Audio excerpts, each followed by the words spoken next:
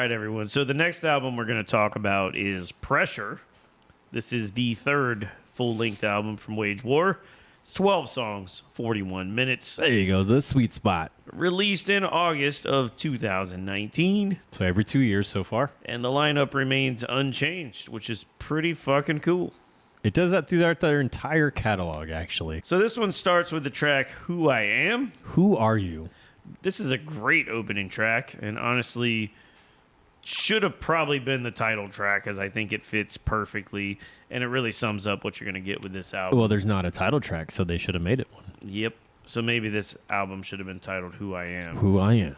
I think they really started to dial in their sound here. The chorus on this song is one of my favorites from the band, and the song is still a staple of any Wage War live show. Yeah, when the first lyric on your album is go, there's no time to think. We just get right into it. Super catchy chorus, big breakdown. Wage War is right back where they left off. And the lyrics, so I'm sick of reading what you say. Say it to my face. The next song that I wanted to bring up is Prison. This is another one of my favorites from the band. It definitely shows a clear path to the Wage War that we're going to get eventually. Eventually, meaning now. 2024. But then you have songs like Grave.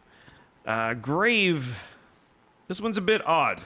Songs like this is where the band kind of took the experimentation a little bit too far, in my opinion. This song is kind of odd coming from a band like this with such a heavy background. It's a weird one.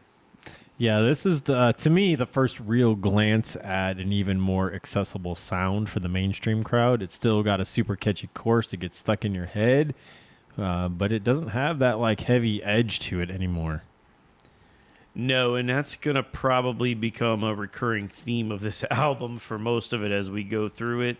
One thing I do want to mention about Grave, though, is it works so much better as a stripped-down acoustic version. We mentioned that before. Yeah, Check it out. When you hear it on the stripped album, it sounds a lot better, and it fits so much better in that element than it does against heavier songs. So Me Against Myself is another one. I think this is one of the best songs of the band's entire career, in my opinion.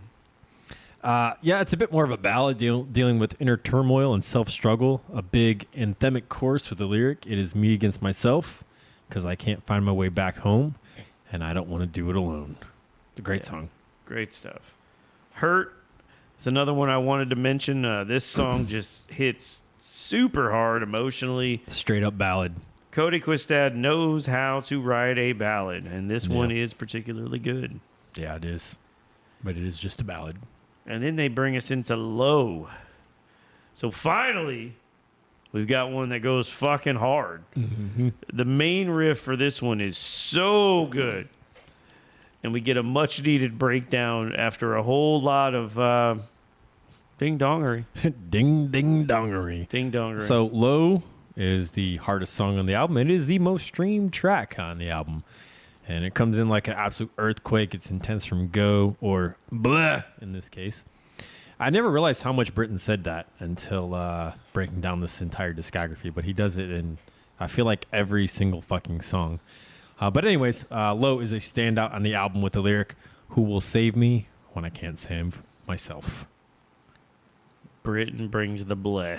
Britton brings the bleh, the ballads, and the breakdowns. That's right. It's a t-shirt. Trademark. I'm going to make it and send it to the band. So the band closed this album out with Will We Ever Learn? Will we?